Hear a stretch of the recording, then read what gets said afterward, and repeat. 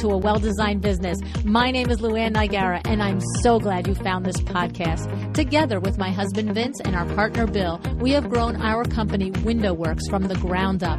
So I know and I understand the challenges you face in running your interior design business. I also know that your talent alone isn't enough to ensure your success. So on this podcast, we talk about strategies and practical steps to help you grow your business. But make no mistake about it, we have our share of fun here too, mixed in with those aha moments that I love so much. This isn't fluff. Nobody has time for that. Whether you are a new interior designer or a seasoned designer, I am here to help you create and to manage the kind of interior design firm that you dream of. It's straight talk and it's action. Are you ready? Let's get started. Hi, welcome to A Well-Designed Business. Today, it is my privilege to have Jan Showers on the show. I'm certain most of you have heard of Jan Showers, as her career spans 3 decades, and during this time, she has received many of the design profession's highest honors. Her magazine credits alone include Architectural Digest, Elle Décor, Veranda, House Beautiful, InStyle, Traditional Home, British Home and Garden, Harper's Bazaar, and Luxe. Architectural Digest has named Jan Showers and Associates to the AD 100 for the last 5 years. Her To the Trade furniture and lighting collection, the Jan Showers Collection, highlights her signature style. Created 20 years ago, it is available at showrooms all throughout the U.S.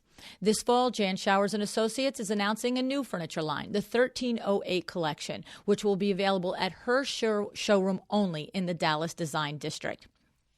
Jan, while being obviously entrepreneurial, also understands the value of collaboration, and it has become very important to her and her team. Jan and I share a particular collaborator, yes, Kravet Inc. Jan has created a complete lifestyle collection for Kravet Couture, and in the show today, Jan shares the story of this, how this came to be. You will learn the collection includes fabrics, wall coverings, rugs, furniture, and lighting.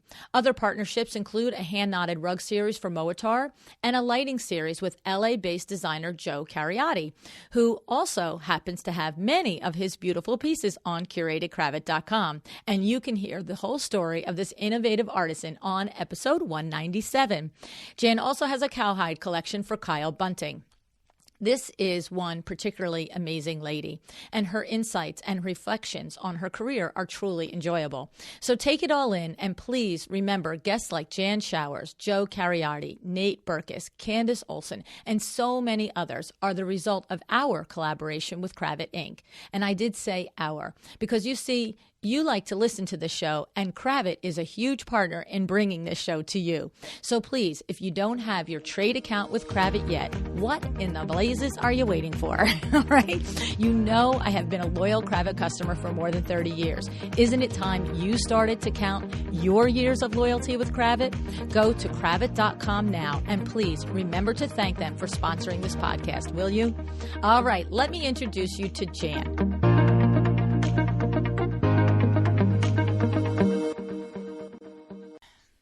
Hi, Jan. Thanks so much for joining me on A Well-Designed Business today.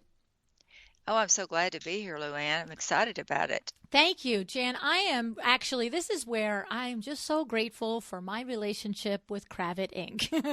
because I get to interview super successful interior designers like yourself that, you know, normally may or may not, the door might not be open to me. So I am grateful that you are collaborating with them because that collaboration extends to me. So appreciate your time today. Oh, well, thanks. Yeah. So, Jan, there are a dozen things that I have in my notes that I would love to speak to you about. Your career spans so many different facets, and I think rather than worry about taking them in a chronological order, I'm just going to start to go down some of the things that interest me about your career. The first thing is being named to the AD 100.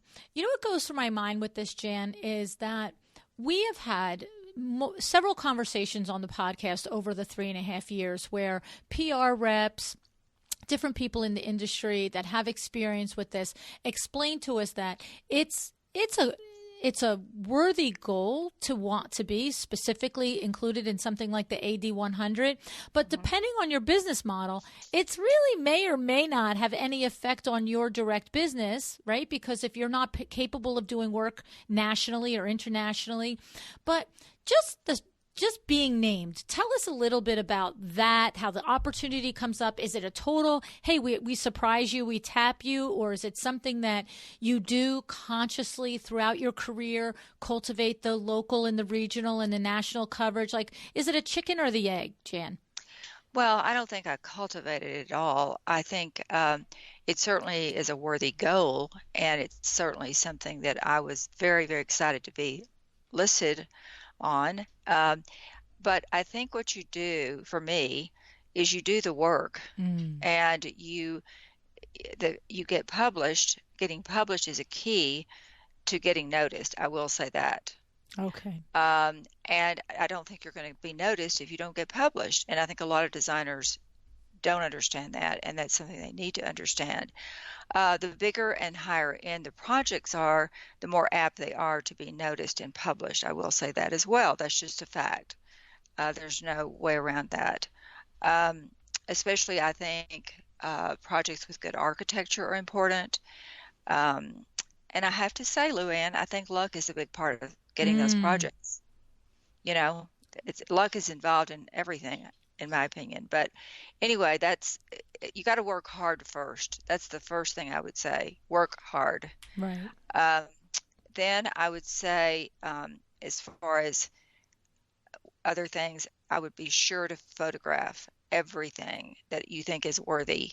Because if you don't photograph it, not only for social media and for possible publications in magazines, scouting shots, you need it for portfolio. We'll get to this probably later, but for me it was great because I had so much photography for my first book. So all of those things help contribute to, I think, being noticed. Okay. And so what you're saying is that if we're talking to a designer listening that maybe is, it's so hard to pin the years, but say 5 to 10 years in business, 5 to 12 or something, where they're past baby designer stage, right? They are coming into their own. They're little by little having more consistently those full service luxury projects that are, as you said, of higher budgets for more profile type things, high profile type things. So the thing is, though, that you agree that it does start with really being happy and going after the local and the regional. Like national isn't the first thing we go for. You're saying build that body of local and regional recognition, right? Is that the case? Course. Yes. Absolutely. Of course. Yes. That's how it works. And then once you are, how many years were you in business, Jan, when you were named to the AD 100? Do you recall? I don't know. Oh goodness, probably 20. Yeah, see, or more. Right. It doesn't. Right. To your point, you put a lot of hard work in, and we always say on the podcast, you have to be prepared to get lucky. So I love that luck is part of it, but there is 20 years of preparation that made it so that you could be lucky to be named AD 100. Right. Exactly. 20 years of hard work. That's it. And once it happened, so you're 20 years in your career, you're established. You've done a terrific body of work that's been high profile, published, and then the AD 100 happens. Is there, of course, the honor and the pride? Is there other tangible things? Did it really change, the type of clients that called you? Did it change the locations of clients, or is it just a terrific feather in the cap at that point? Well, I think it did all of the above. I think it certainly gives one more credibility. I think it justifies a fee structure that is, if your company is performing at a very high level, I think it justifies a fee structure that is in keeping with that. I think it certainly commands respect in the industry. And I think, of course, licensing opportunities come along. Okay. And certainly you're considered worldwide, really. Right. I mean, we were already doing projects in London, in Toronto, all over. I mean, so we were already doing that, and sometimes I think that's important to be named to that list as well. But it certainly added to that. Okay. Now, question. Okay, so you're saying that one of the criteria that maybe is an unwritten criteria, maybe isn't hard and fast every time, but having had some international work already also up levels your exposure Sure. and the ability to catch the eye of the AD100. Absolutely. Understood. Okay. And then this is a crazy question that just goes through my mind as you were saying that it justifies a fee structure, it commands respect in the industry you were mentioning, and it adds credibility. Do you still, when this happens, this is so crazy, do you still get a tire kicker? Do you still get an inquiry from, Paris, and somebody says, I saw you at AD100, I like you to do my apartment, and they have no concept what your fees are going to be? Or is it so qualified at that point that even that's not going to happen? No, I think you do have that happen. I would think you would. People have nerve, right? Yes, you do. Yes, you do. No question. And that's fine. Right. That's fine. There's so many myths out there about fee structure, and there's a myth out there that I only take a job for $1 million plus, anything over $1 million as far as a minimum is concerned. That's not correct. Oh, you've heard that about your own firm is what you're saying. I've heard that about my own firm. Yes, I have. And I would like to take this moment to straighten that out. Of course, only other designers are hearing that. But, our fee structure is based on the project. And we do have a very detailed contract. We can get into talk about that later if you want to. But we do have a very detailed contract, which we are constantly subtracting and adding, and based on experience and all of the things you might imagine. But yes, we are not $1 million minimum company, and I don't think there are many of those around, frankly. Right. But the thing is, you aren't going to take a room refresh either, right? Especially. No, no, I'm not. I just think to me, it just kind of points out, like I will often work with younger designers, and they're trying to go from, say, maybe doing one room to only taking 3 rooms, or taking 3 rooms to taking a full floor. And there's always the lamenting of the people who still reach out and want them to do less than what they've set their bar at they would do. And I just think that it's worthy to point out that when you make AD100, you probably still get those calls, right? Oh, you do. Absolutely. There's no question. Right. Yes. Right. Absolutely no question. And of course, back in the day when I first started, I took almost anything that came along. I think that's what people need to understand. I have interns who've worked for me who think that all the glamour and all the glory is going to happen right then, I know. and I'm sorry, that's not the way it works. And it's not, it may sound and seem and look glamorous, but it's hard work. Yeah. Yeah. Well, it's the truth. I would like to emphasize. That's the truth. As we go through the different facets of your business, it's clear how hard you're working. You can't run this many revenue streams and not be, there 24/7 overseeing. Yep. I mean, even if it's just the fact of overseeing this much is a full-time job, let alone still being the creative. You're still the creative director of the firm as well, right? That's right. Yeah. Oh, yes. Yeah. Yes. So, yeah. Okay. So I just thought that was interesting because the AD100, that is something to make notice of. I mean, honestly, right? No, it's wonderful. Yeah. It absolutely is. Yeah. It absolutely is. Okay, and so the thing is, now it's interesting because it leads us into your book, Glamorous Rooms, and its 8th printing. What an accomplishment! Actually, I have to tell you that it's way past 8th. Oh, so my research is the last time I checked with my editors at Abrams, we were at, I believe, 13 or 14. So there's some info it may be out there. Past that. Yeah, it's way past 8. Okay, so there's some info out there on you that is not current. We need to fix that. Yes, I'm changing it in my notes now so that our show notes reflect it properly. But that's so impressive, and that's the publisher is Abrams, is what you're saying.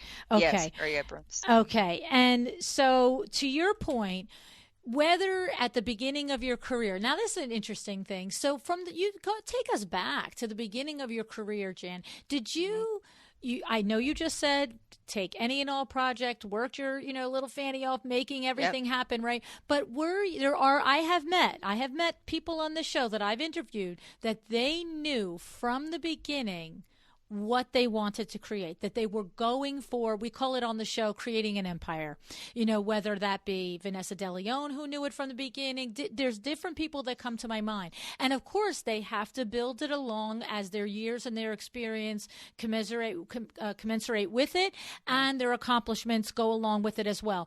But was it that way for you, or was it that at one point you said, oh, I've been doing a really thoughtful job of collecting and documenting all my work, and there's a book here. So chicken or the egg again?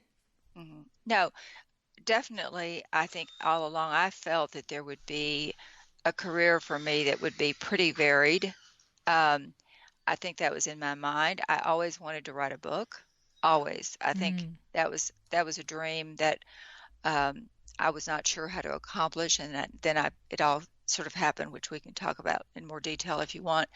But yes, I would say the one thing that I've done that I didn't plan on doing was it sort of came to me in a moment of, creativity, relaxation. It just sounded like the best idea ever. And that's my furniture collection, the Jan Showers collection, which is in 8 trade showrooms all over the U.S. That came to me sort of out of the blue. Because do you want to get into that now? Sure, we can go there, and then we can go back because I want to ask you about the book, but let's go right down there. That's awesome. Well, what happened is, so I had this brilliant idea while I'm on vacation and relaxed, because I've always liked creating my own designs of furniture. And so we had wonderful workrooms that we were using to do this for our clients. We were doing it all for our clients. And I'd begun doing some for my showroom. At that point, I'd opened a showroom in the Dallas Design District. And so we were also doing some pieces, creating some pieces, manufacturing pieces that were available there. And I thought, this is crazy. I need to make this into a real collection that's in all these showrooms, because I'm going in showrooms and frankly, I'm bored. I'm not finding what I want. I'm not finding the things that appeal to me and to my clients. And so I need to do this. And I felt very, very strongly about it. And so while I'm on this vacation and have this brilliant idea, I decide to, make phone calls, get things going while I'm away, talk to my workrooms. And so that's how it all started. And that was 20 years ago. We're celebrating 20 years this year, actually. Wow. Of Jan Showers collection. And that has been probably the most challenging part of my business, of my different businesses, for everyone, for me and for my staff. And this is a separate collection from the 2 collections that you have with CRavat. Is that correct? Exactly. Okay. So your collection comes first. 20 years ago, you designed your own collection. So right. I'm going to pick that apart, and then of course we're all naturally going to talk about the CRavat collaboration. But sure. So you're on vacation. You're supposed to be relaxing, but the ideas are bubbling up. I'm the same way. It's brutal, right? It's yes, like it is. We're on vacation, Luann. I'm like, but I got a great idea. Oh yeah. When you're on vacation, when I'm on vacation and I'm relaxing, is when I am most creative. Yes, the same with me, because you're doing long walks, you're just sitting, you're resting, you're doing whatever you're doing, and the ideas are just bubbling, right? Mm-hmm. So you had been, if I understand correctly, for many years designing one-off pieces for specific clients, and you had your own trades, different furniture vendors and manufacturers and craftsmen that you were using, and you just said, okay, I'm basically reinventing the wheel every time because I can't find what I want in the trade showroom. So if I can't find it, probably nobody else can. Let me just once and for all make a full out collection that I feel is there's a gap in the marketplace. Exactly. Okay. So that's a great idea, but making that happen, that's insane. Like, yes, you are right. Right. There's a lot of steps. So I'm going to ask you about some of the steps, but just curiously, just from beginning idea to furniture in a showroom, how long was it? Well, we were very, very lucky. At first, I was only showing it in my showroom. I had the advantage of having this showroom that's a freestanding showroom next to the big Dallas Design Center Mm. right next door. Oh. And so first it was just there, and I was advertising in several magazines, and then national magazines. And then uh, I was approached by David Sutherland, who's a wonderful, wonderful friend and showroom owner, excuse me. Um, and he asked me he said, Showers, you don't need to be doing this in your own showroom. You need to be doing it in my showrooms. So at that point, I was in his showroom in Dallas, Houston, and LA. And so right away, I was in 3 showrooms that were top drawer, and that happened about 2 years into the collection. I would say 2001. Um, and then after people started seeing, other showroom owners started seeing what David had, I mean, it all happened so fast, honestly, Luann. It was crazy how fast it happened. I was then asked to be in New York and Dania, Florida, which is the big Dakota. Dakota. Mm-hmm. Yeah. And I think the only one that didn't happen really fast was Chicago. Atlanta happened. They all happened at the same time. It was crazy. Wow. And San Francisco. And then David was already in LA. And so it just, all of a sudden, I'm in 8 showrooms. Wow.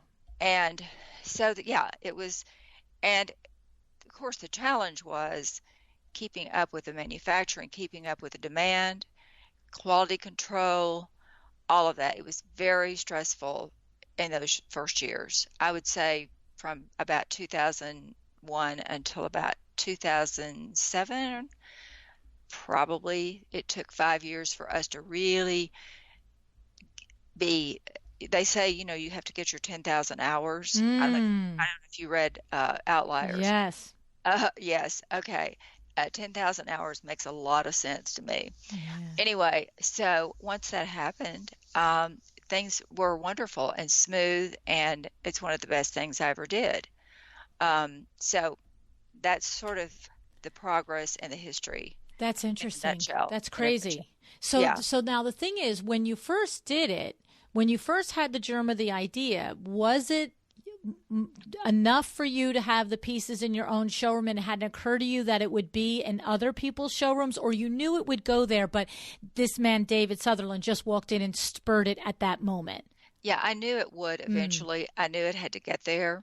Mm-hmm. And that, it was starting out as a seed of an idea, and I had a great laboratory of my own with my showroom. But no, I always thought it should be in all the major showrooms. Okay. And Yeah. I have to think about the logistics. It's funny because as you were describing the whole trajectory there, I wrote down, production and demand, because this man walks in and says to you, I want to put it in 3 showrooms. What's funny, the one reality show I watch is Shark Tank. And so I love it. Right. And I so the love it first too. thing I said is she going to be ready for it to be in 3 showrooms? Like, how do you know the people behind you? Or are you able to ramp it up in time? Right. So The answer to that is no, she was not ready. That's the answer. We were miraculously fairly fortunate in most situations, but it was a process. And what about gaining this expertise? How about, like, my brain goes to the expertise of what should a contract look like between me and these outside showrooms? The expertise of, do I need to source a different vendor for production? And then to your point, if I do I maintain the same quality? Like, these are not things you just Google and you say, well, David, no. give me a month and a half to figure this out. Like, where did you reach out? I guess your 20-year career at that point, you had industry people, from brand sides that you could call? Or, I mean, is there a directory of people I need help making a furniture line? Well, and we produce all of our furniture in Dallas, except for we have a part of the collection is lighting. Whoa. And the components that come with the lamps are manufactured in Murano. And so That's a fun gig though, because we get to go to Murano every year and Yeah. check on things. So that's always been great. And that accounts for about a quarter of our sales. Whoa. The Even that, lighting the does. contact in Murano, do you reach out to somebody that might be a colleague in lighting that wouldn't really worry about the competition factor and know that there's always enough for everybody? Or do you just go to Murano and walk in and start saying, are you able to produce at a volume? Like, you see what I'm Well, saying? Like, there's people that I have do. ideas, but how do you, what do you, Well, there's no this is directory. where luck comes in. Okay. So I go on buying trips at least once or twice a year to Europe for my showroom in Dallas. I have an antiques and vintage showroom and that's where my offices are in the Dallas Design District, as I mentioned. And so I'm shopping in Paris, all over, and I'm in Brussels, and there's a wonderful shop there with the most beautiful Murano glass. It's all specimen Murano glass that would be in museum shows. In fact, some of his glass was in that big museum show they had at the Met a couple of years ago. Anyway, so I meet this man, Mark Hiremans, and I tell him that I'm working on this. And by the way, David Sutherland also had a contact that he had mentioned to me. And guess what? They were the same.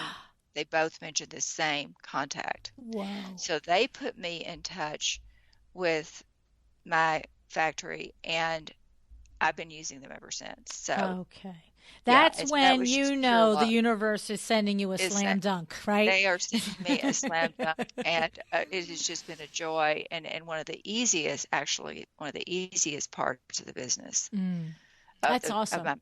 of my manufacturing business. Yeah. That's awesome. That's awesome. I mean, and that is again another example of be prepared to get lucky. You have this area of Yeah. expertise, you have this body Yeah. of work, you have this body of networks and contacts. You didn't just pop on a plane and ask some random guy in Brussels. This is somebody you have a No. relationship with. And No. so awesome. So awesome. And I certainly didn't go to Murano and walk in and try to find anything out. No, that'd be disastrous, actually. So Well, no, that's what I'm it's thinking. I'm not like, how do that. you just do this? Like, how Yeah, does this happen, it was right? pure. I think it was pure luck. But I think with luck, you have to have your ears, your eyes, everything, your mind open Yes. Yeah. No, to you have have to luck. be looking for the synchronicities. That's what Yep. and that's the thing. You have Do. to, and Yep. you know what? It's funny is because when people hear, now this is a little bit more obvious. It's two men that recommend the same other third Yeah. person. Okay. So that's a little like you'd have to be sort of dense to miss that synchronicity, right?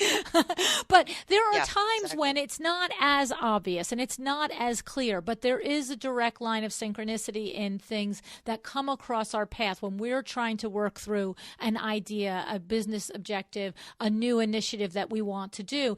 And there are times where there's little coincidences like that, and you could go by them. I'm famous for saying to my husband and everybody that works for me, do you understand that this person had to talk to that person who had to talk to that person for me to then talk to that person and then ask them that question who they just talked to them the day before and got the answer to this, and they look at me and they're like, who cares about all this, Luann? I'm like, but this is a sign from the universe. You're right. No, I'm with you. I'm with you Yeah, I for think it's sure. important. It's important. So, okay, so this is interesting. So this is not for the meek of heart. We just want to say that if No, it's not. if a designer aspires to, there's designers listening just like you, Jan, that are feeling that same thing that you felt 20 years ago, that this is Yeah. not serving me. I'm not seeing this in the showrooms. But to understand that, yes, go for your dreams, but this is a lot of work and it's a lot of steps. And by the way, you're running an interior design firm where this is happening. So you're getting taken Yes. out of your business for probably X amount of hours a day, a week, a month. And who's keeping that ship afloat, right? You have to have a good team in place behind you. You have to have that. That's exactly, Luann, what I was going to say.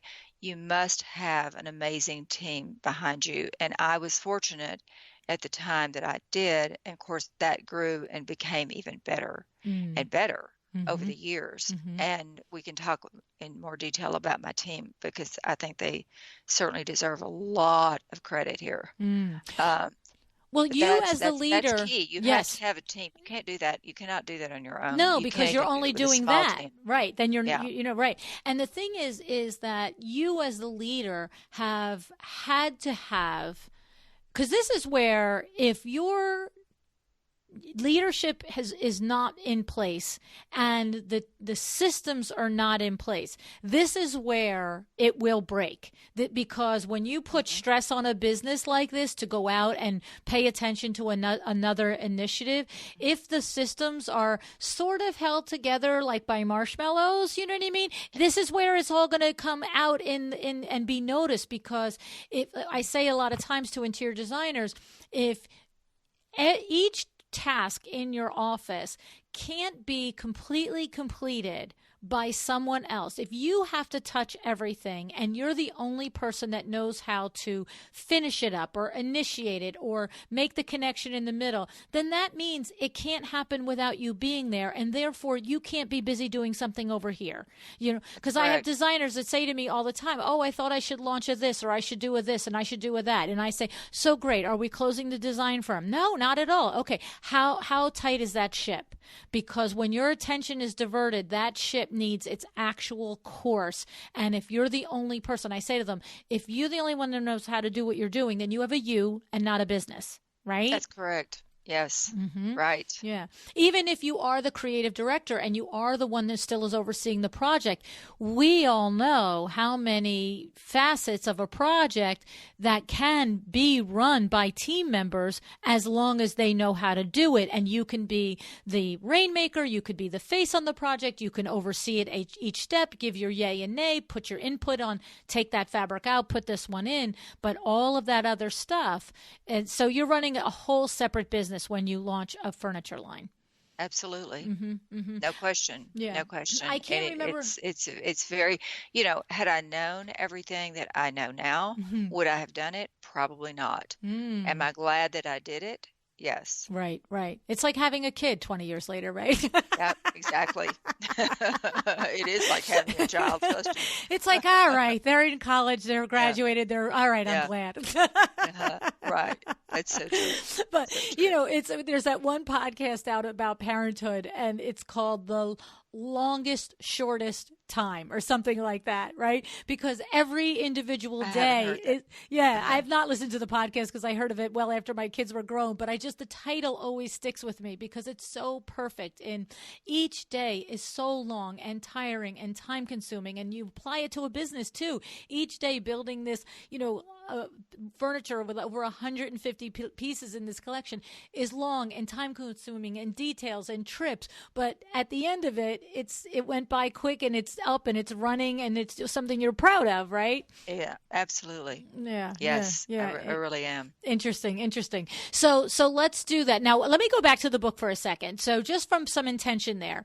So you in particular did always know that one day you'd like to have a book. So as you are doing your projects from the beginning of your career, you probably are photographing all, but you're specifically, are you thinking in your mind, I might only be 2 years in, or I might only be 3 years in, but this is going to be one of those. When I look at these pictures, I'm keeping this one because this could be a great fodder for the book someday. I mean, is that intentional to that level, or it was a dream in the future, and then all of a sudden the timing is right, and you're like, and by the way, I have a body of work that's all been documented?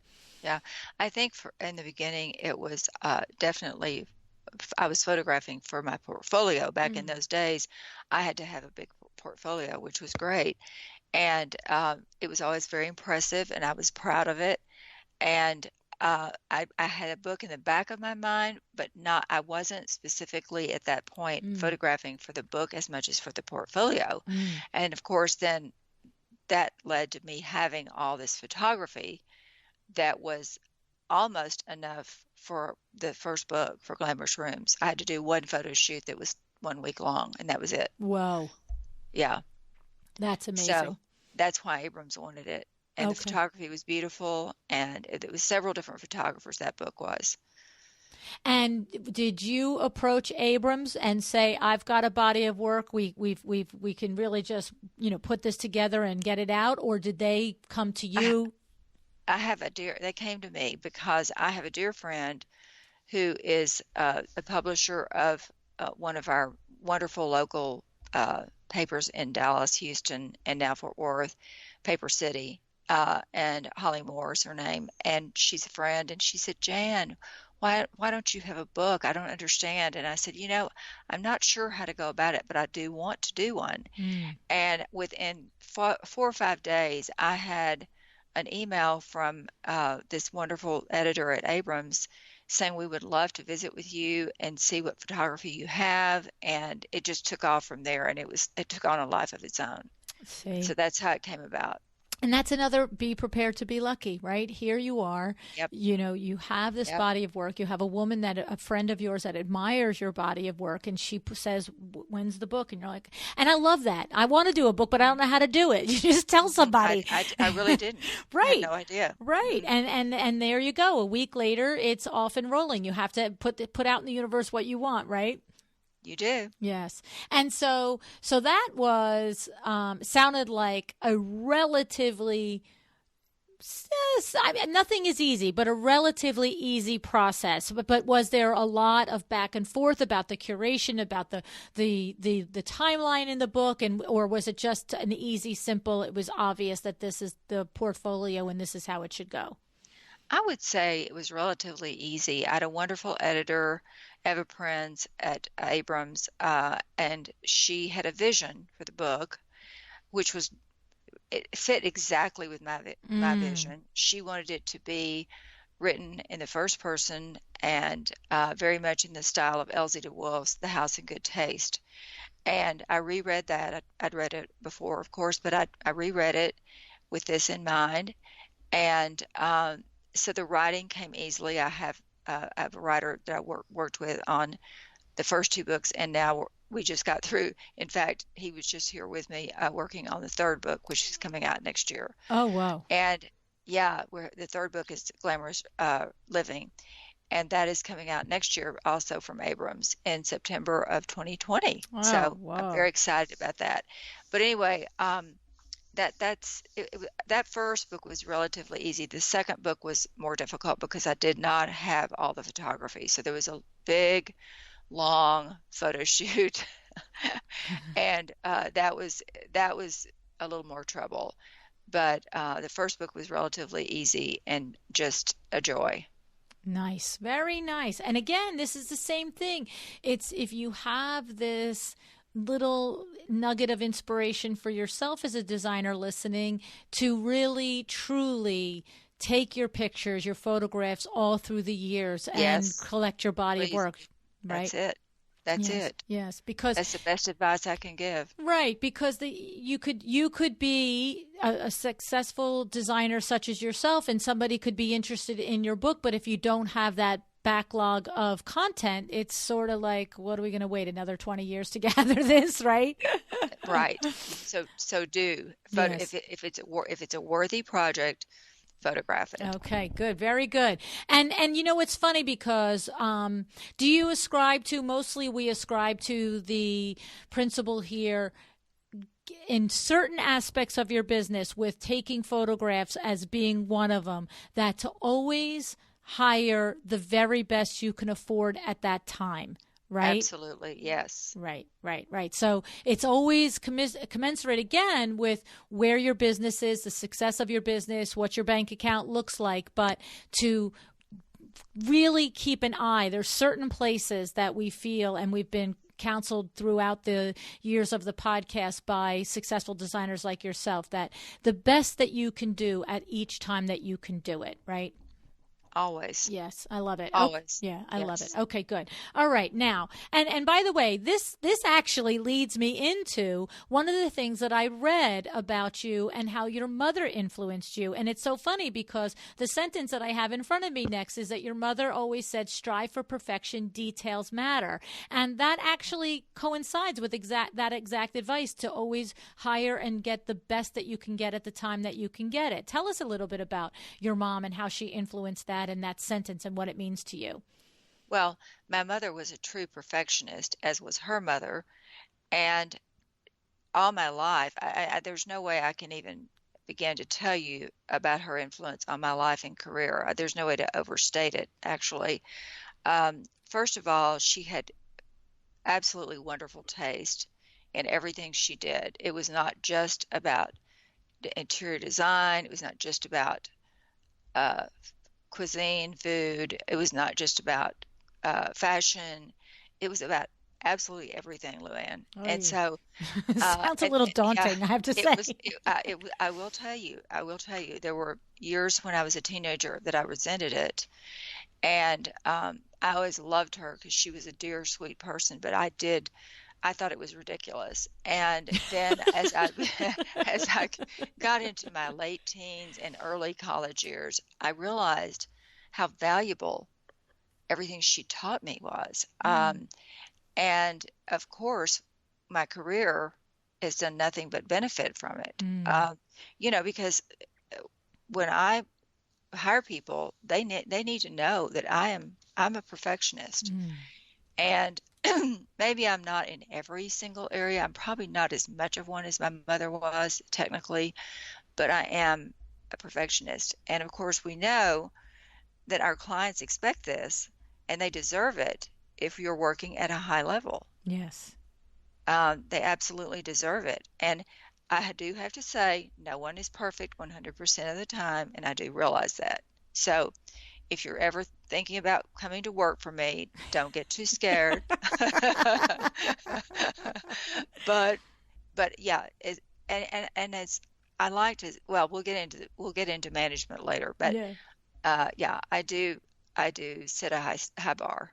Yes. And I could see the thing of it is I could, first of all, I take it from the standpoint the way you were describing your mother, and it sounds daunting to have somebody. The thing what it is I think when you get to that point, when you said you turned into your 20s and you sort of looked at it, then it sounds like you are then having appreciation for not only all the things that she taught you in paying attention to the details and making sure that things were just so, but also it sounds like there would be a recognition of the discipline it takes to be a person of such high standards.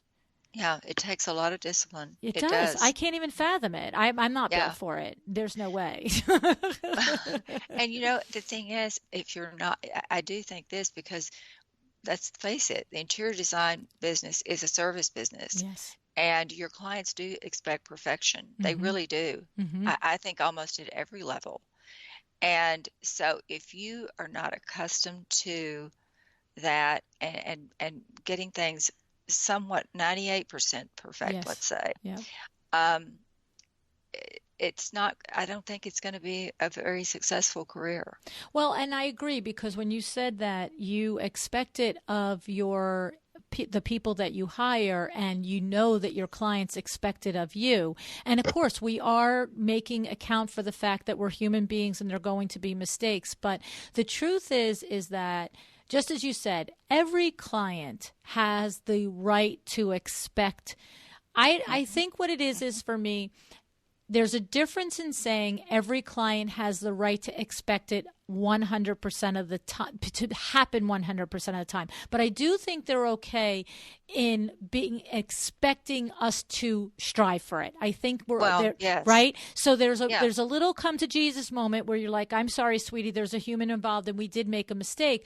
But I teach a 3-hour course on selling to the luxury market, and for window treatment professionals. And when I talk to them about this, one of the things I say from the beginning is, you want to work with the luxury high-end consumer. It is not for the meek of heart, because there is, at every level, a client expects you to do certain things, but especially when you reach the luxury market. And I want to add too that when you do have that 2% of things happen that are not perfect for your clients, you have to be ready to fix them. Clean them up quickly and efficiently, and with a smile on your face. Exactly. Right. And they deserve that. Right. But if you can do that, the luxury client all day long will trade money for that. That's exactly right. So tell us a little bit about your team, Jan, because it's very important as a leader of your team to convey this to every person that comes in contact with anything that has your company reputation on it. Even an intern who might not be client facing, but communicates with your UPS guy. Even that guy has to feel respected and feel like this is a top-notch place. So it's a big job to teach a team to buy into this and understand this vision. Tell us about how you do it with your firm. Well, I think a simple statement is it all starts at the top. And if I don't set a good example for my team, then I don't think I'm going to see them behave in a manner that I want them to behave, which is to be pleasant to everyone, to do their utmost best for every client, project, vendor, manufacturer we're working with across the board. And I'm proud to say that I, over the years, have an alumni of people who were like that, and they left. If they left because they were getting married and or having a baby and are moving, and their life changed in some way that they couldn't work anymore. With a few exceptions. Obviously, there have been some times that things have not ended that way, but to be honest, but they are all top-notch people. I spend a lot of time hiring, as far as talking with people, letting them talk primarily. I want to hear what they have to say. That is really, really important when you're interviewing people. So my hiring practices are pretty detailed and pretty deep, and I would say that has a lot to do with your organization. And if you have someone who is a negative pull in that organization, they can't stay. Right. They just can't stay. I mean, that never works. That's so tough, isn't it? That's so tough. It's tough. And I also have, and I hope this doesn't sound brutal, but I also have something I ask of everyone I interview. Do you have a sense of urgency? And if they don't understand that question, we have a disconnect. Then we're not going to be hiring them. I mean, they have to understand it, because that's what our clients want. They want it now. They want it now. Everything needs to be done now. And I personally am that way. And so I expect it. I expect when I ask someone to do something, I expect it to be done within a reasonable amount of time. Now, I know what's on their plate usually. Right. And so I will say this needs to be done by such and such time. And definitely I have wonderful, wonderful people who are actually a chief of operations who's over all my companies as far as running things day to day. And she is even more than I am as far as perfectionism goes. Oh, so you found She's another. I certainly did. Identified her. She's been with me 14 years. Wow. And she's fabulous. Her name is Zara Tate, and she's a wonderful designer. She is an amazing management person, and she's a great human being. So that's awesome. You need that person that know that, look, they might have complementary or opposite skill sets. They might have some that are the same, but they think like you. Their vision is like yours. They understand, right? She knows exactly what I'm going to think about. I would say 99% Yes. of every situation. Kimberly at Window Works, she uses the line, "I speak Luann." Yeah, I think that's exactly what Zara does. Exactly, it's the truth. Even if I'm not there, and somebody says blah blah blah, and she'll say, "No, that's not what she would want. That's not how she would want it. This is what she meant."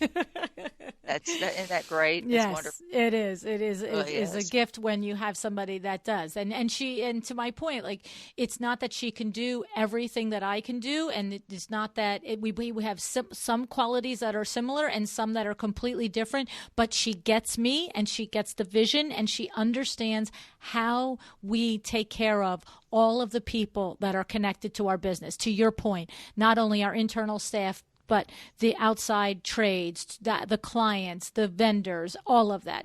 There's a way, and each of those relationships has a protocol for it that needs to be followed. And so it's nice when other people in your firm understand that. And so when we talk about your company, Jan, so you still have the showroom in Dallas, correct? Oh yeah, right. That's so we've where got my offices are, and we have a big fall preview every year.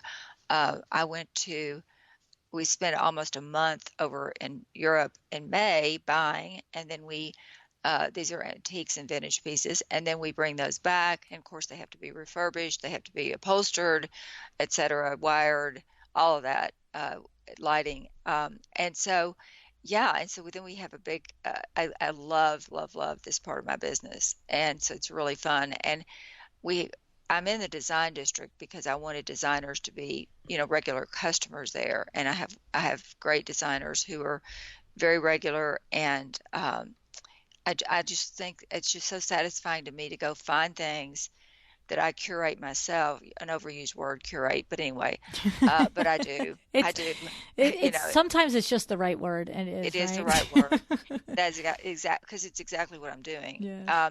And then I love it when they come in and love what I bought and have a great eye and that kind of thing. And then of course my clients, I buy for my clients. So yeah, what was the question? Sorry. No, it's so I was saying that you do have the the studio space. So what I was going for is there are different factors of your facets of your business that need to be overseen. Actually, the actual physical space in Dallas, then the factories, then the design clients, all of these things. It's separate little businesses under one umbrella. And do you have like a team or at least one or two people that are, okay, this person, like you have your chief of operations, Zara, who oversees everything, but then is there somebody that's the manager of the studio and somebody that is the liaison for, right? It's a big operation, right? Of course. I have someone over furniture collection who has been with me for over 10 years. She's amazing. And she has a staff with her, and then I have the design team, which Zara is over those people as well, but then there are designers under her, and overall we have 12 in-house and 3 regular contract people we use on a quite regular basis. So we're about 15 at this point, and we've been up to 18 before, which I don't really like. I like to keep it smaller if possible. Okay. It's a lot to oversee. So now tell me, how does the collaboration with CRavat come to be? Because you've got 2 furniture collections, rug collections, lighting collection, wallpaper, fabric. You've been working with the CRavat team for many, many years. I have. I first met with Scott Kramer. This is sort of the history. I first met with Scott, and I had created a line, done all the artwork for a full-on fabric collection, and I met with him, and he liked it, and it was really funny because I think that was in the middle of the summer one year. It's been probably, I don't know, 6 or 7 years ago, and he loved it, and so then in September, I was giving a talk at the D&D in the Rudin showroom where I was represented at that time with my own furniture collection. And Scott I didn't know this, but I think it was not because of me, but Margaret Russell was there as well. She was, AD was part of the sponsorship of the program that day. And it was standing room only. And so I was giving the talk about my second book, Glamorous Retreats. And I did a long Q&A, and there were all these people standing in the back, and little did I know that Scott was standing back there. And so after the talk, someone came up to me. It was one of the CRavat execs, and said, "Oh, Jan, Scott wants to talk to you, and he's next door at Brunswick." So I went over, and he said, "Listen, I want you to do an entire lifestyle line. I want everything. I want carpet. I want furniture. I want lighting. And he went on, and because he's such a creative spirit, right? He's amazing. He really is. He's one of the few people I know it's really hard to keep up with because I'm type A, and he really is. I know. So and anyway, passionate, so passionate about it, like so into it. So it's lovely. He's so creative and so talented. Anyway, so that's how that came about. So yes, I have been working with them for all these years, and it's just been a joy. We did a rug collection that's all custom, and they can come in wool and nylon, or a combination thereof. Lamps we do wallpaper collection. We're expanding that next year. I will, in October or September, I can't remember which, of 2020, we will be introducing my new fabric collection and wall covering. So that's going to be fun. That's great. That'll be the second one. As you know, the new furniture collection was introduced at High Point in April, and we're so excited about that. I'm doing what I call the CRavat tour in October in lots of different cities that have lots of the furniture on the floor, and that's going to be fun. I'm really excited about that. That's right. You and I are going to be together at the Boston Design Center at the CRavat showroom. We're going to do this again in person. Yes, that's going to be fun. That's going to be fun. I know. I'm excited. So let me ask you a question, Jan. Why is it that you think, because I've thankfully, gratefully have been able to interview several people that have collections with CRavat Inc. And why do you think it is that Scott meets you once, he watches you do a presentation, and the invitation isn't, let's put our toe in the water and do a fabric collection. It's, I know I want you to do a full rounded lifestyle collection. Was it something, do you think he saw and heard something in your conversation, that in your presentation as a business person, as a creative? What do you think that was? Did you ever ask how come he just said, let's do it all at once? I think I never asked. I think that he must have liked what he heard. He that's all. Just gelled, right? Just knew you were the right person. Yeah, I never asked. I probably should have. Yes, you should. One of us should. I mean, that's a pretty significant thing, though, right? I mean, it was very, very exciting.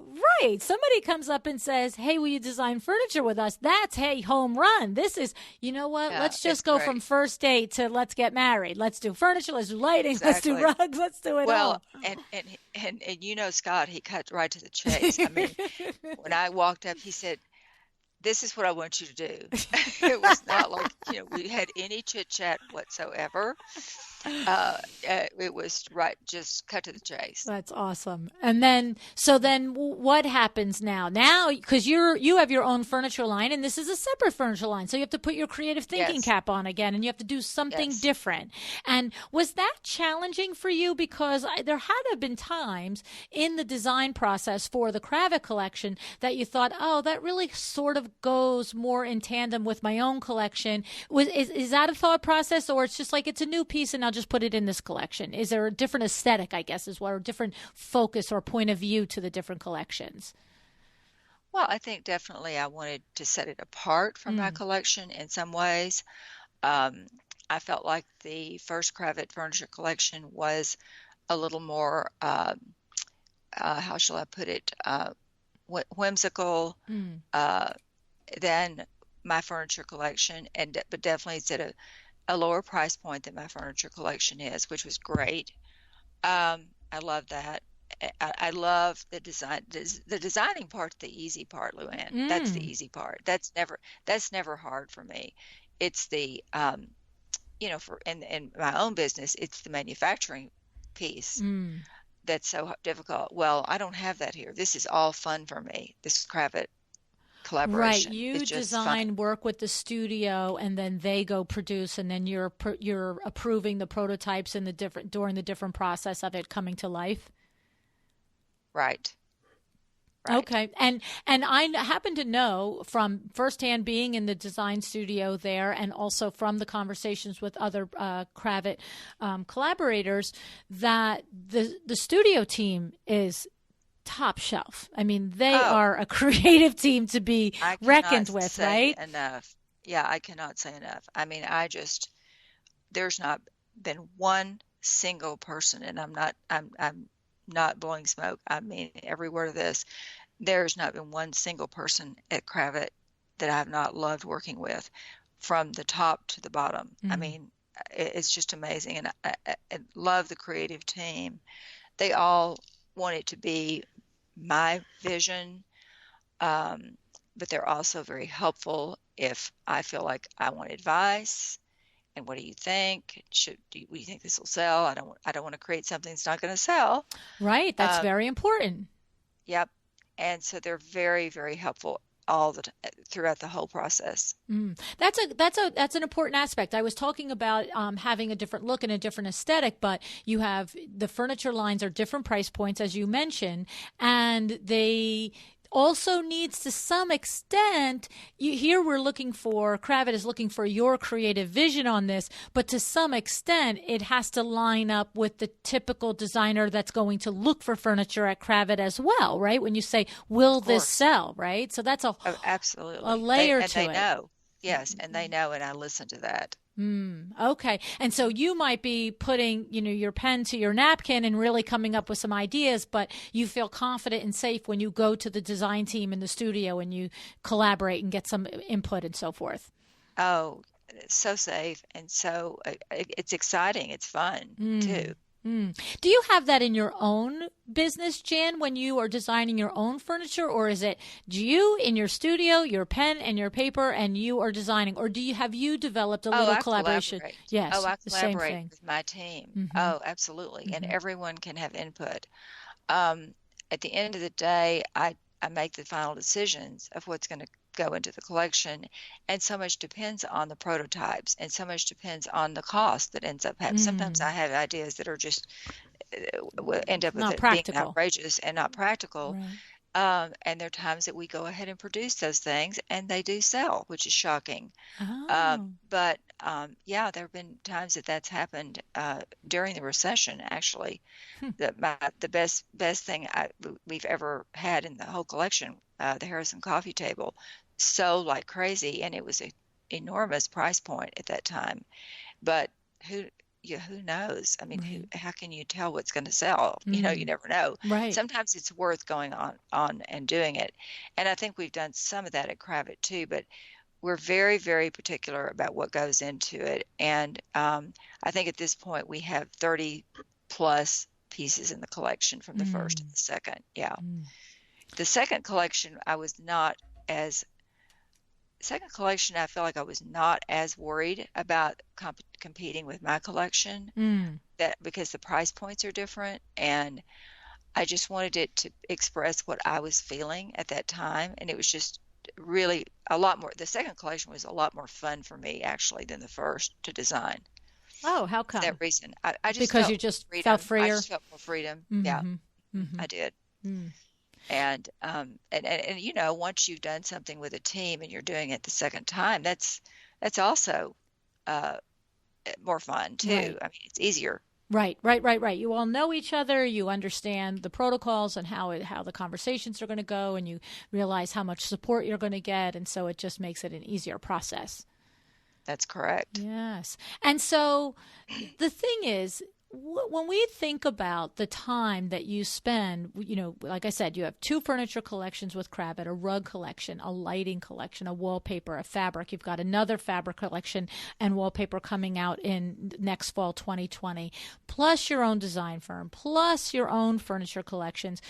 What is the day look like? Is it when you go to do a furniture collection, say with this upcoming fabric collection with CRavat, is that already in the can, or is that something you're developing now for 2020? So is it that you say, Jan, okay, look at my calendar, take 2 weeks. I'm going to spend them in New York City. I'm going to spend half the day in my own apartment or hotel working, and then the afternoon with the team at CRavat. Like, how do you compartmentalize and get all of this done? What is that like? Because I think that's a big aha sort of moment for an interior designer that is running a firm and thinking they're going to add these revenue streams. Yeah. Well, I think it takes a lot of planning. My year is planned out way in advance. I know what's happening from now until this time next year, and beyond, actually. And beyond, actually, I know what's happening from now until the end of next year, because I've got the book coming out in October. I've got the CRavat fabric coming out in September, October. I don't know if it's going to be at high point in the fall or the spring. I'm not sure about that, whether it'll be fall of or 21, spring of 21. Yeah. So it just takes a lot of planning. And if you plan your time correctly, you're able to do all this. But it did make me tired when you talked about everything I have to do. I kind of became exhausted, actually. Well, I mean, it is a real thing. I mean, to think about even Scott looking at you and saying, Jan, this is what I want. I want furniture. I want carpet. I want lighting. I want this. It's just thinking like, okay, well, that's awesome because I just signed 3 contracts with 3, $500,000 projects. When will I do this? I mean, and of course, it's not just that. It's managing your own business. And I just wonder, I know like me, I'm pretty much coming out with a book almost every year, right? But I cannot work on that book for 6 or 7 months. What I have to do is I will just say, okay, this is the time for your period where you are going to work on this book. And I will just draw the line in the sand, and I will, for 4 or 5 days a week, get up at 5:30 in the morning, sit down at 6 o'clock, and from 6 o'clock to 8 o'clock, work on it. And I know when I do that, in a month and a half, it's done. It's over. Yeah. That's it. Yeah. But Sure. otherwise, if I just said, it out. right, otherwise if I said, this year I'm going to write a book. And then Saturday, I'm like, oh, you have 2 hours. There's no way. It has to be planned. And so is it the same with you? Like, I'm going to plan to do this, or it's like, I'll let you know when I come back from my next vacation and I've got some inspiration, No, it's planned. Yes. It's totally planned. Okay. I had 3 writing sessions prior to, because my deadline to turn everything into Abrams on the book is November 1st. And so I had everything, we had 3 writing sessions prior to my coming on this vacation. And then my writer came for a week and we wrapped it up. Right. We knew that's exactly how we were going to do it. That's what we did with the first book and the second book. So yeah, it's, I think organization and planning are the key to being able to do all these things, and having the team who is supporting you is absolutely, I mean, planning and that team are equal. Mm-hmm. Absolutely. Okay. All right. So here's the thing. So I love that. I mean, I was going to say to you to wrap up the conversation, do you have any advice to share with designers that might stand out? But you have done that all the way through the conversation, and I'm grateful for that, for you for doing that. But just what one thing that you would wrap this whole conversation up. You have so much for us to admire in what you've created, all these different businesses under the hat of interior design. One thing, zing us with one thing that we have to know. Well, design is not just about design, and many young people get into it not realizing that. It's also a business, and it must be treated as a business as well as the creative part of it. So I think that's a key thing that people need to understand before they it's not all glamour. It's a lot of work, and there is the business side to it. And I can't tell you, I've seen many designers who are so creative and so talented, but they did not have that business chip. And if you don't, I think you should just remain working for somebody else. I say that all the time too. Every dynamic, vibrant business and business owner needs important, smart, capable people to work for them. And if you don't want to run the business side and you love the design side, then work for somebody for 30 years. There's no shame in that. Absolutely. There's absolutely no shame in it. And it can be very enjoyable and very fulfilling. And you're getting to be creative. You're getting to do the design end of it, the part of it you love. I happen to sort of have right and left brain equality. And I think that is important. If you're actually the principal and you own the business. I really do. And how about for designers that are coming out, my baby designers that are coming out of college now and starting their careers? I mean, launch their own firm, work for somebody else. What do you think about that? Well, I think don't launch your own firm. I did that, and I think it was absolutely lucky, and I was lucky, and things went well, but I would have absolutely been better off if I'd worked for someone and had a mentor. And I did have design mentors because I grew up with design mentors, but I think go to work for somebody who you admire and whose work you admire. If you're lucky enough to get a job with them and work for them for several years. Mm-hmm. I think that's my best advice about that. Mm-hmm. And be prepared to work hard for that design firm, right? Absolutely. If you don't work hard, you need to make yourself indispensable. That's another thing I will say. That's advice I give my children and grandchildren is work hard, make yourself indispensable. It's a key to success. Yes. Well, because you know what? People like you and I that have run larger teams, we know exactly what happens when that person comes on the team, and very quickly, whether quickly is weeks, days, or months, you have that feeling of, oh, I don't want to do this without this person anymore. This person I can 100% rely on. And then you just find more and more things to have them grow into and take ownership of, and more and more ways to reward them for that being indispensable, right? That's right. That's exactly right. Yeah, it's awesome when you have that in a person. It's just like, love. Yeah. It's beyond, it's worth gold. Yes, exactly. Yeah. Oh my goodness. Well, Jan, I am looking forward to seeing you in a very short period of time. We were practically, I am too. Yeah, we're going to be at the Kravet showroom at the Boston Design Center on October 2nd. I think we're starting about 12 o'clock-ish. Don't check me on that. Definitely check the schedule over at the Kravet showroom.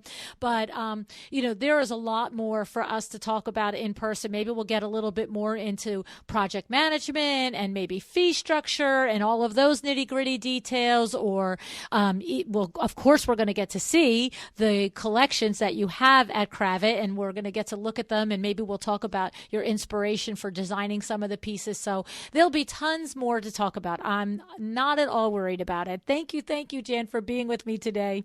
Oh, thank you, Luann. I thoroughly enjoyed it.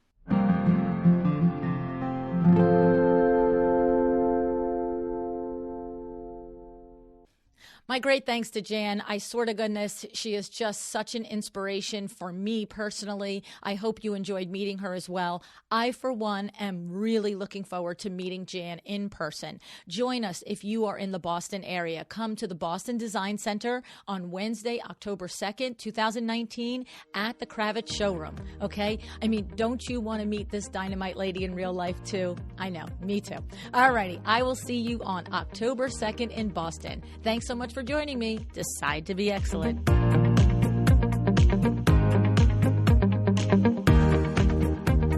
Thank you so much for joining me again today. This podcast is a production of WindowWorks, your resource for custom window treatments and awnings. To learn how we can help you on your next interior design project, go to www.windowworks-nj.com. And if you're interested in working with me on your business, either through masterminds or one-on-one coaching, or you want to know how to get my book, The Making of a Well-Designed Business, or you just want to know what's going on in the podcast land and where I'm going to be, all of that is found at luannigara.com. Thank you so much. Have an excellent day.